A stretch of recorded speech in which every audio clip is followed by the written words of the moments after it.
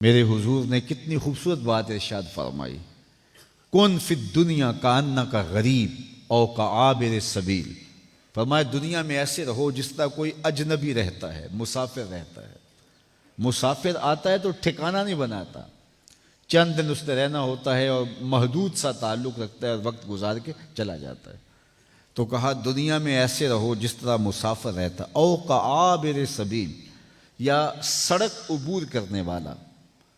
اب جو سڑک عبور کر رہا ہوتا ہے تو وہ ہدف پہ نگاہ رکھے ہوئے ہوتا ہے، لیکن دائیں بائیں بھی دیکھتا ہے کہ کسی گاڑی سے ٹکرا نہ جاؤں، تو دائیں بائیں دیکھ کے بچ کر کے سڑک عبور کر جاتا ہے۔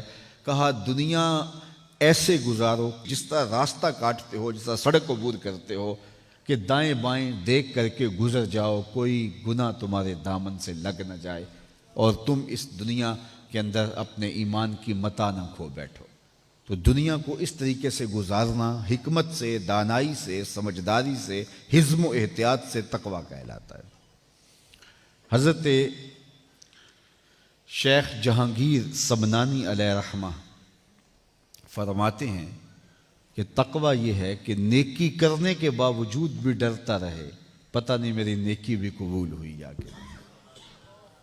ہمیں تو چند دن کی نمازوں کے بعد زوم پیدا ہونے لگتا ہے کہ پتہ نہیں ہم کس مرتبے پہ پہنچ گئے۔ رومی علیہ رحمہ لکھتے ہیں کچھ لوگ ہیں چند دن نمازیں پڑھ لیں تو آسمان کی طرف دیکھ رہے ہوتے ہیں کہ آسمان سے کوئی ہمارے لیے نازل ہو رہا ہے کہ نہیں ہو رہا۔ تقویٰ یہ ہے نیکی کرنے کے باوجود بھی ڈرتا رہے، پتہ نہیں میری نیکی بھی قبول ہوئی ہے یا کہ نہیں۔ اللہ اکبر! کتنے لوگ ہیں کتنے مرتبوں پہ ہوتے ہیں لیکن ان کا انجام کتنا برا ہو جاتا ہے۔ اس لیے ہر وقت ڈرنا چاہیے کہ خاتمہ ٹھیک ہو جائے۔ حضرت ابی ملیکہ رضی اللہ تعالیٰ عنہ فرماتے ہیں کہ میں 30 اصحاب رسول سے ملا ہوں اور میں نے سب کو ایمان کے بارے میں سخت فکر مند پایا ہے، اپنی آخرت کے بارے میں سخت فکر مند پایا۔ سب کہتے تھے آخرت ٹھیک ہو جائے۔ وہ لوگ جنہوں نے حضور کی صحبت کا شرف پایا وہ بھی ڈرتے تھے کہ ہمارا انجام ٹھیک ہو جائے، اور ہم 5 نمازیں پڑھ لیں تو بے نمازیوں کو حقیر جاننے لگ جاتے۔ تو اس لیے تقویٰ یہ ہے نیکی کے باوجود بھی ڈرتا رہے، کہیں ایسا نہ ہو کہ آج ہم نیک ہیں کل نہ ہو۔ دنیا کے اوپر کتنے لوگ موجود ہیں کہ وہ کتنے مرتبے پہ پہنچے تھے لیکن پھر آخرت ان کی اچھی نہ رہی۔ بلعام بن باورہ کی مثال ہمارے سامنے ہے۔